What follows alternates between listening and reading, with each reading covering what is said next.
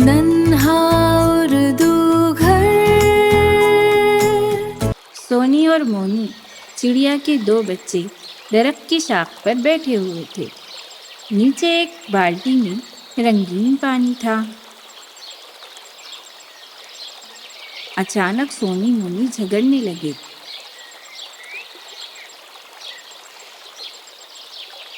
सोनी मोनी झगड़ते हुए रंगीन पानी में जा गिरे। रंगीन सोनी मोनी जब अपने घर लौटे तो उन्हें उनकी माँ पहचान न सकी और मार भगाया।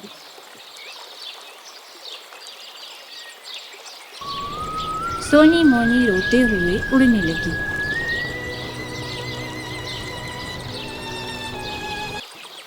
उड़ते उड़ते उन्हें एक पानी से भरा टब नजर आया।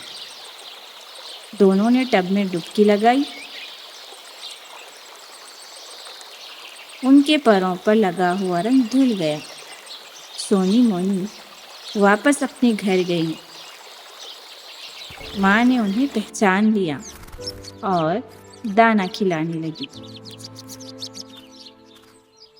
उर्दू की मिठाई